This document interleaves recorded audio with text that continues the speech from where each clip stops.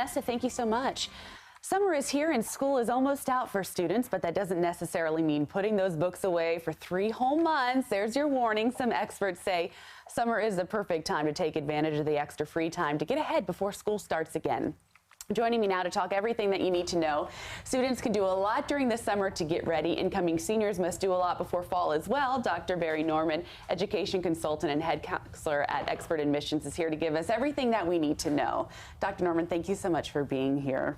For students who are gearing up to apply, what would you say is probably the most important thing to do during summer? Do you have time to slack off and relax just a little bit? Well, I wouldn't say slack off, but I would say actually relax. It's important, in fact. Students coming off of junior year know that it's a rough year. Take some time, decompress, do something substantive because colleges are looking for that, and then get started on those college essays. So how should they select a summer job or maybe even a program? It depends on what you're interested in. Colleges want all different kinds of students, so there's not one kind of thing that you need to do. I think it's important to think about what are my interests, what have I done, what can I show that how I've matured, and then pick a program or a job, even better, based on that. So for incoming seniors, what's the most important things that they should focus on? You really want to start thinking about the essays, because if you can get it done before school starts, that will put you ahead of the game and will reduce the stress significantly. So if you can start thinking about what you're interested in, what do you want to reveal about yourself in that essay, it's sort of like chapter 1 of your book, and the supplemental essays will be the subsequent chapters. So start thinking about your different experiences and what you can possibly share. That's great advice. I've never heard it described that way. I wish someone would have told me that before I wrote my essay going in. But what about for the juniors that maybe aren't thinking about college quite yet? Are there some things that they should be doing now just to kind of set themselves up for success? Sure. Students who are entering junior year should be thinking about their list. So starting to think about colleges, what kind of school do you want?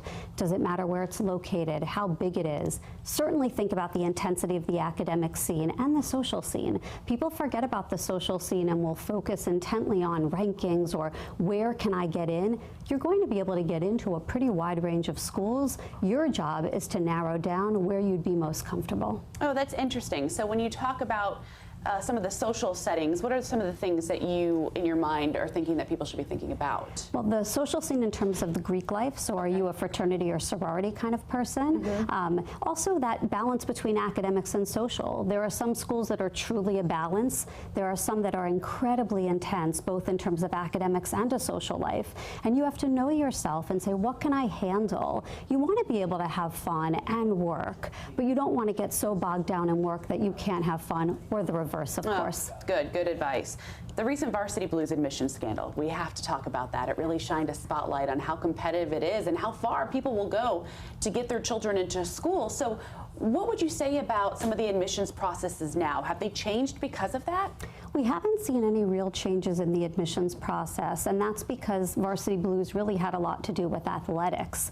Admissions people were duped just like the rest of us. There was nothing seen in the admissions process per se. We had individual coaches in particular, and then some people at testing centers doing some wrong things, obviously, and lining their own pockets. What we have seen are changes to rules regarding athletic recruitment and admissions. Do you hear anything or any concerns from parents or students because of this? Are they more hesitant or maybe leery? I think people are concerned about what does this mean, and most importantly, of course, what does it mean for me? People want to do the right thing. They want to learn and say, what are the rules? What can I do to help me get into school or help me do it the right way? But they're nervous that this has kind of thrown everything up into the air. You know, you hear a lot of students talk about how much pressure they feel that they're under, whether it's self-imposed or from parents or even from schooling, it's rigorous testing. What would be the best advice you could give them as they continue in their educational process? I know it's going to sound odd, but it really is about being yourself. And when I say sound odd, it's hard to say that when we're talking about Varsity Blues, right? And people are going to say, no, but. But really, the vast majority of students, almost every single one of them, is getting in because of hard work.